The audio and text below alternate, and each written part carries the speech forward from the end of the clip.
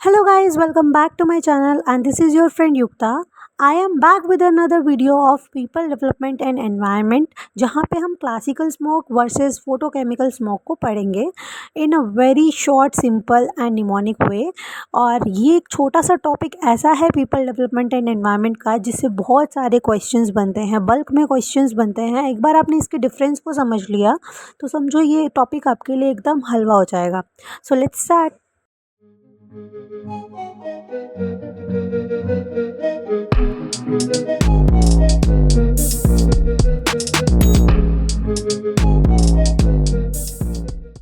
सबसे पहले समझते हैं स्मोक को। स्मोक किस किस का कॉम्बिनेशन है? स्मोक प्लस फोक का। मतलब कि कोई भी पॉल्यूटेंट एटमॉस्फेयर में रिलीज हुआ है in the presence of moisture, तो वो मॉइस्चर के साथ मिलके बहुत ज़्यादा टॉक्सिक कवर बना लेता है जिसको हम बोलते हैं स्मोक।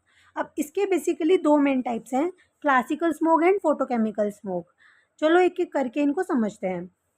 अब हम इसको मेजरली डिफरेंस के साथ समझेंगे, जैसे कि दोनों को कंपेयर करके समझेंगे जिससे कि हमें चीज़ें जल्दी से समझ में आ जाएंगी।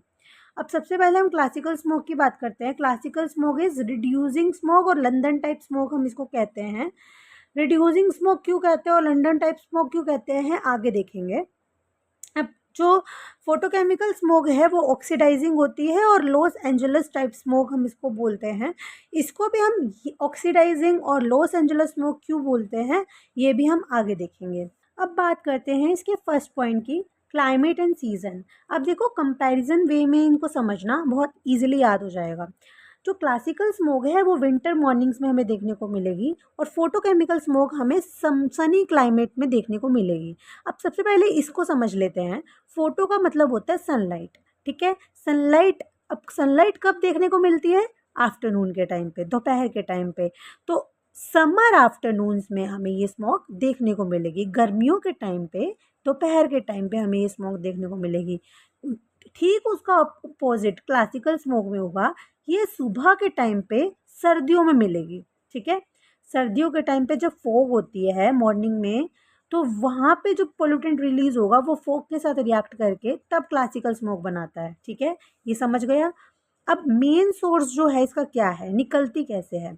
जब कोल को हम गर्म करते हैं, गर्म इन द सेंस जला देते हैं, तो वहाँ से जो है एक पोल्यूटेंट रिलीज होता है SO2, उसका एमिशन होता है जो स्मोक और मॉइस्चर के साथ मिलके क्लासिकल स्मोक बनाता है। On the other hand photochemical smoke जो है वो कार के एमिशन से, व्हीकल का कोई भी एमिशन है, कार में से धुआं निकल रहा है, उसमें नॉक्स और हाइड्रोकार्बन्स प्रेजेंट होते हैं, तो ये वहाँ से निकलता है। अभी मेजर पॉल्यूटेंट्स इसके क्या हैं?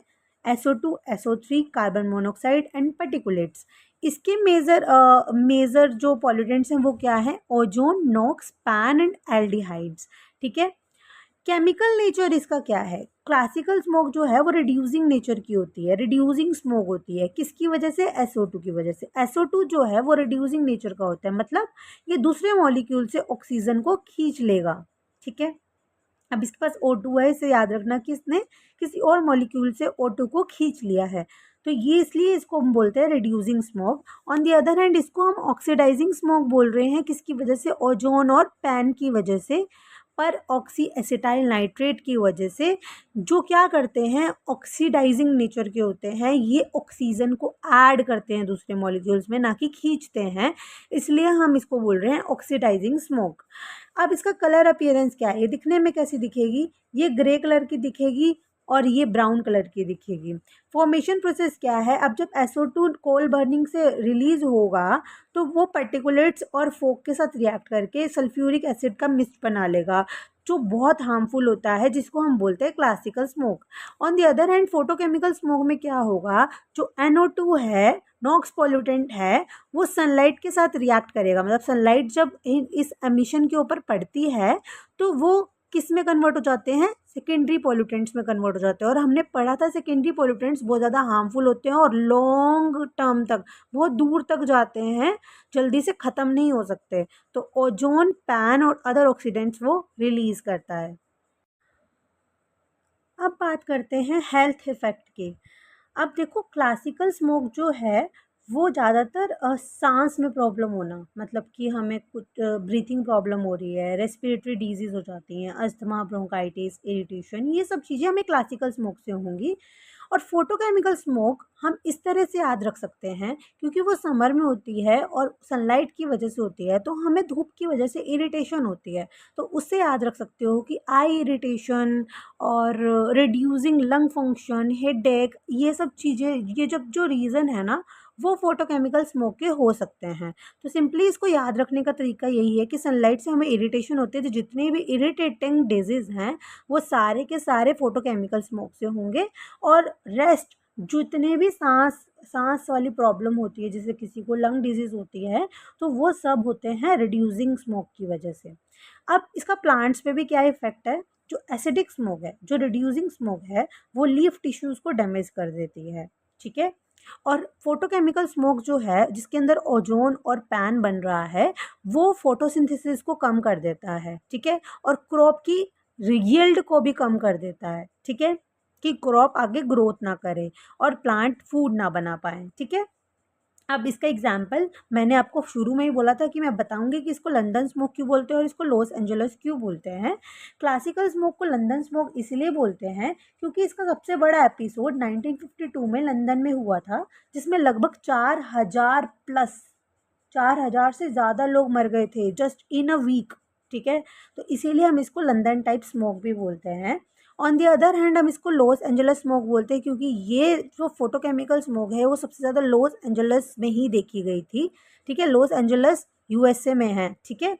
तो इसको इसलिए याद रखो कि जो मैंने इसको ऐसे याद रखा था कि जो फोटोकेमिकल है वो सनलाइट की प्रेजेंस में हो रहा है, और सनलाइट मतलब गर्म, ठीक है? तो हॉट क्या है? एंजल हॉट है, तो इससे याद रख सकते हो लॉस एंजल्स स्मोक, ठीक है?